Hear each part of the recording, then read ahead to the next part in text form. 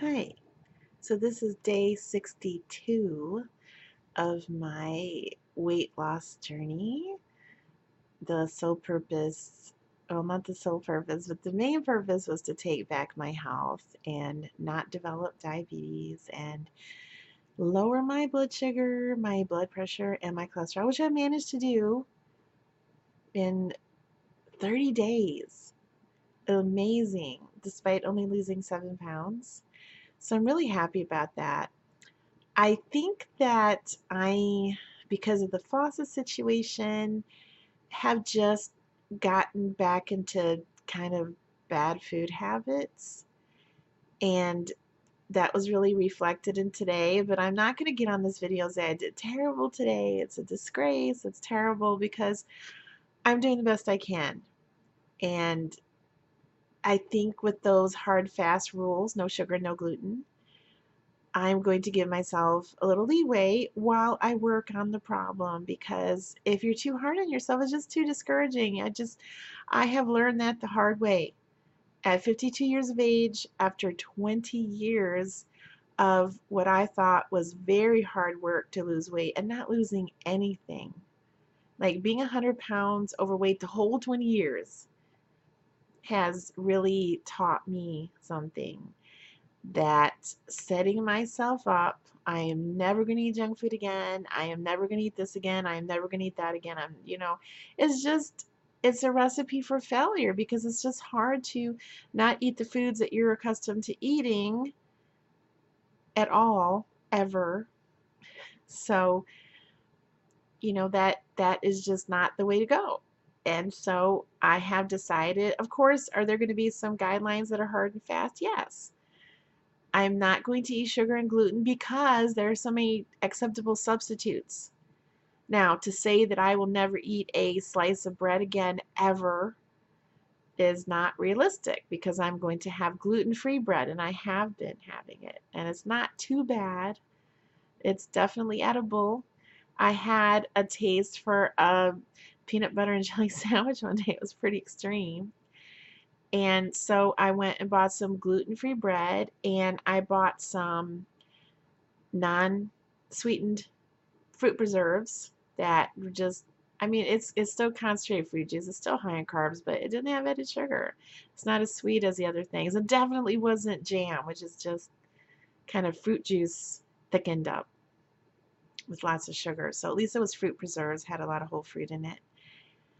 Those are high carb items that can mess with my blood sugar. I know that because I can always feel it.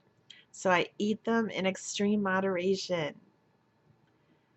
And in fact, I took most of the rest of the bread and put it in the freezer because it was going to go bad before I ate it all, because I know that messes with my weight loss. It makes me stall. Too many carbs, no matter how healthy they are, will make me stall because I am sensitive to carbs.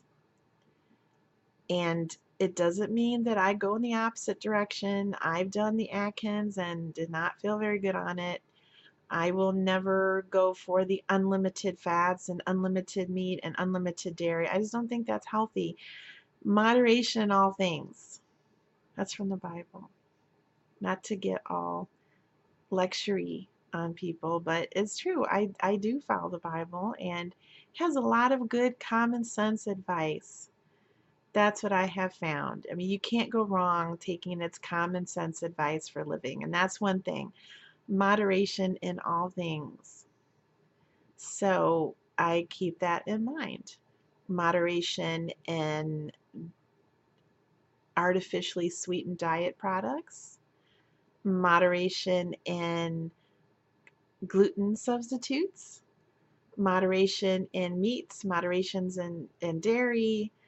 It's just, it's good. I feel better.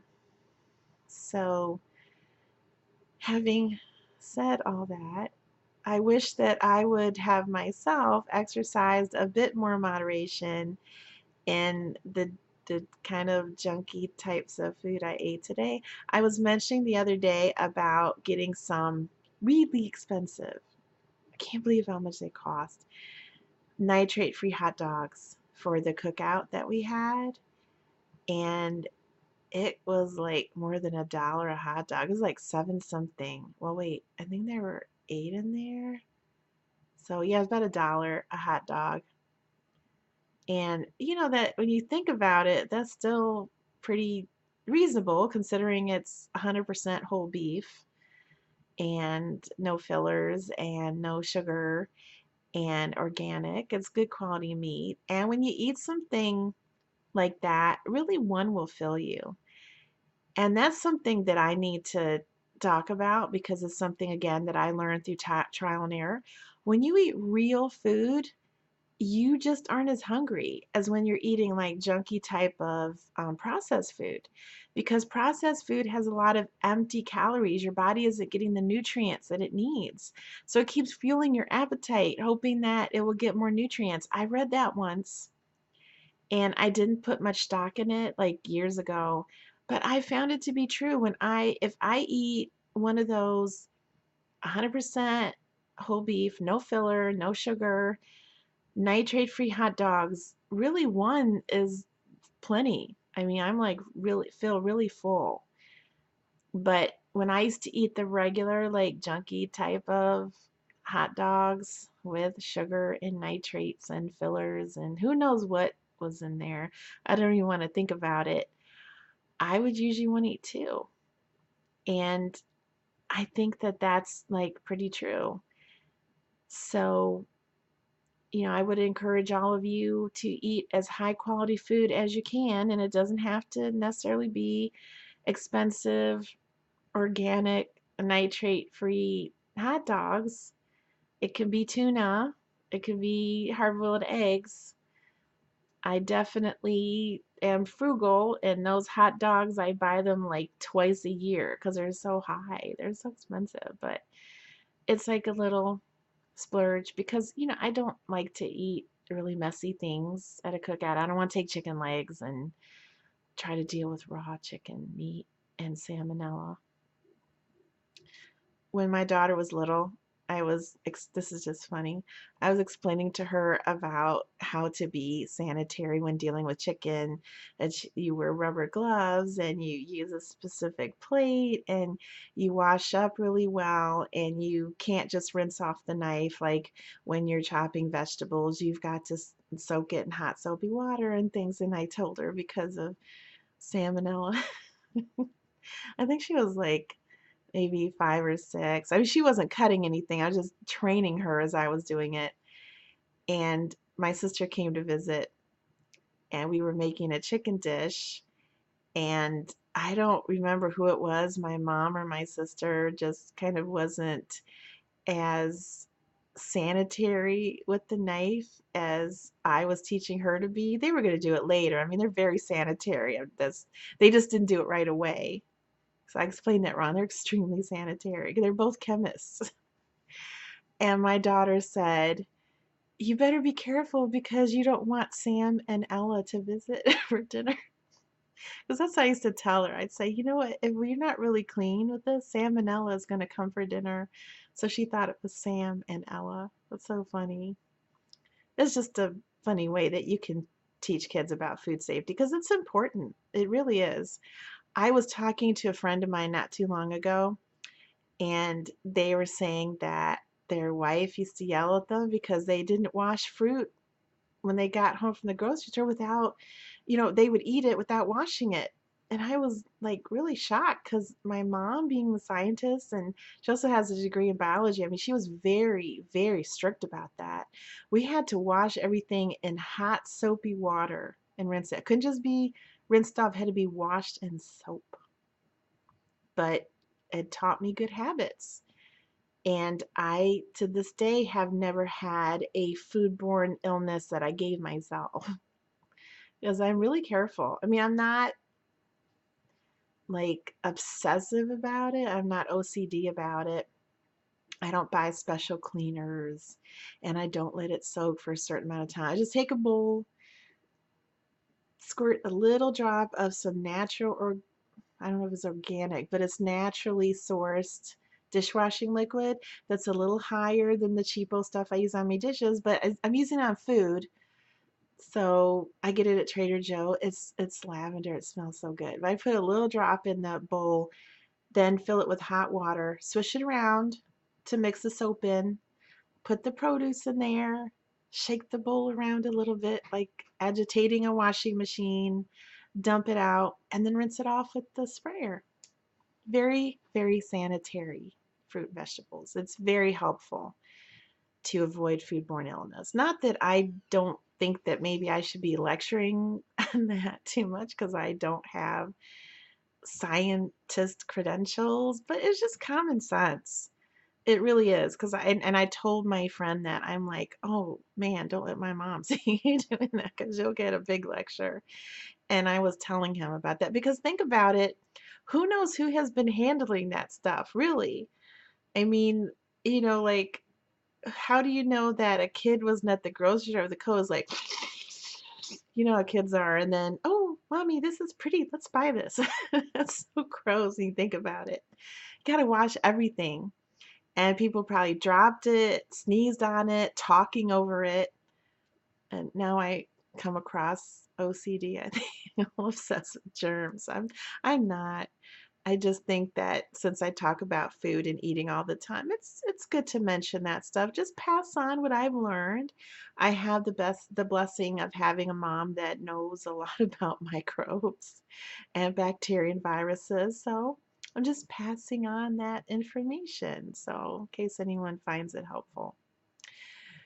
Well, I should have thought about that more today in my food choices, but I had a lot of stuff that I had to do today. So I had to run out of the house to an appointment, and I didn't have time to eat anything ahead of time. My plan was to rush back home and eat, but I was really hungry, and the appointment took longer than I thought. And I also, as I have shared before, have medication that I have to take with 3 meals a day. And if I don't start early in the day, I'm like up at 2 or 3 trying to fit it in and fit in my nighttime medicine. So I was a little hungrier than I thought, and I drove past a Dairy Queen. And of course, I'm not going to get ice cream because it has sugar in it, but I do like their chili dogs, and I don't eat the buns. So I stopped and got a chili dog and some Diet Coke. It was hard not to get the ice cream, I won't lie. But I thought about this video, which I think is really helpful for me. And so I got that. I didn't eat the bread. I just got the hot dog, and I came home.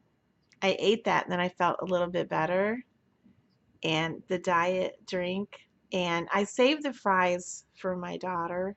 So that was my breakfast.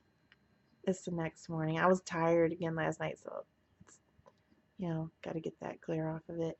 But that was the Diet Coke, and I threw away the bun, but I brought home the container so I could take a picture of it because I just ate it too fast to take a picture before I ate it. And also, I didn't want to take a picture of the bun and have people think I ate the bun. So that's the diet drink, the Diet Coke, and the container from the chili dog that only ate the hot dog out of it. And then when I came home, I felt kind of bad, so I wanted to eat some celery. So I had 2 stalks of celery. I'm holding the celery. I already ate the other one. And then I have to have dessert sometimes. So I found that snack pack Jello that has no sugar. It's sugar free. It's not bad. My daughter says it tastes like cherry NyQuil. There are worse things, worse tastes in the world. So that was my breakfast.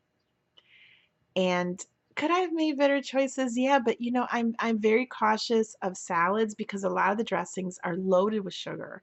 They really are. And I have gotten sick from eating a salad because the dressing has so much sugar. It's like I ate a candy bar. So that's why I'm not big on the salads. So I thought that was my best bet. And I wanted to cut down on fat, saturated fat. So I saved the fries for my daughter because she likes their fries.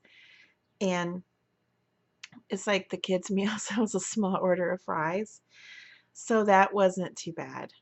And then I had to go out again because I have a family member that just had surgery. So I wanted to visit her. It's a elderly great aunt. So like by marriage. So I wanted to visit her. I got close to her at the time. She's a great lady. She's really fun to talk to. She's 88 years old. She's older than my mom. And she's just so cheerful. She's telling me funny stories about her surgery and about rehab. It's great to have older people in your life that still have, like my mom and this person, that still have a sense of humor, and they're ageless. They could be 35 years old the way we sit and laugh and talk, and they tell me all these funny stories. I mean, they're great. So I went to visit her, and my intention was again to come home and eat afterwards, but I was just hungry.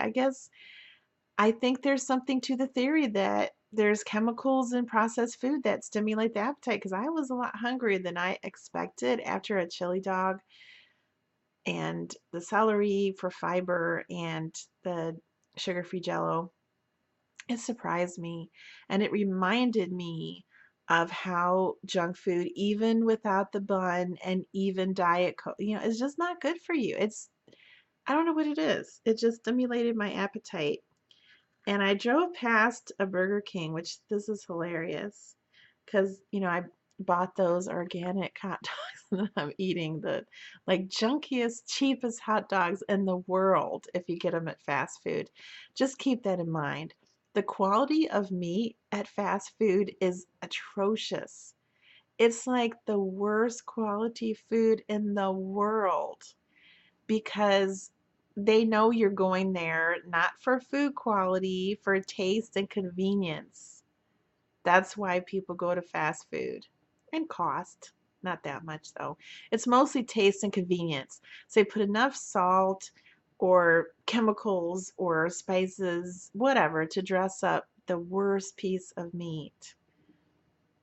And is the truth.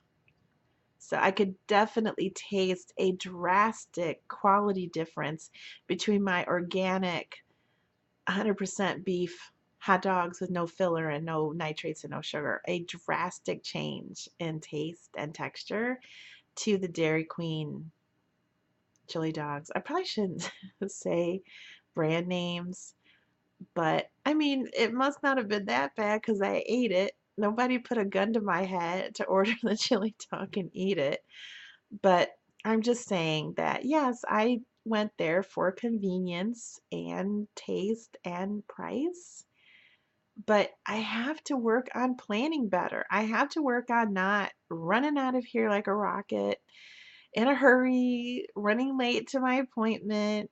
I'm fortunate if I brush my hair. A lot of times I end up brushing it at a stoplight. That I probably shouldn't admit that, but hey, that's where I'm at. I take care of my elderly mom and my disabled daughter who's autistic, and there's a lot on me. Like I had to fix the sinks, I had to fix the faucets. I have a lot of responsibility. My time is not all my own. So I just do the best I can. But I still could do better. I had a friend named Ivana, a very dear friend that I love very much. I kind of lost touch with her, but she used to always tell me, do your best and then work to make your best better. You can always tweak yourself a little bit. What your best is today may not be your best a month later. Just always try to make your best better. So that's what I'm going to do. Although I didn't do that hot with that today. So then I went past a Burger King and I saw a sign that they have hot dogs now. So I guess you're noticing a little theme, and that's that I like hot dogs, and I do. They're just easy to eat. They can be dressed up with a little mustard and onion, and this time I ate the fries. I was hungry. This like the other one was breakfast, so this is my main meal of the day, like lunch. So I didn't get a drink. And then when I came home, I had just eaten it. I ate it in the car because I was really hungry. And then I had bought those sugar-free Blue Bunny. They're gluten and sugar-free. I read the ingredients very carefully. They're gluten-free. Popsicles, like, crunchy rice things. And my daughter and I had one of those. And then she gave me one of her bottles of Diet Coke or Pepsi. That's Diet Pepsi to go with my Burger King. It was pretty good. It wasn't that bad. So then for my third meal of the day, I'm running out of space on my phone. So if I like eat the exact same thing that I ate just a few days before, I just use the same picture. But I probably shouldn't do that because it makes it look like, yeah, I'll just delete some pictures. Duh. I should have thought of that. But anyway, this is what I had for my third meal of the day. Just another cutie little clementine. That was nice.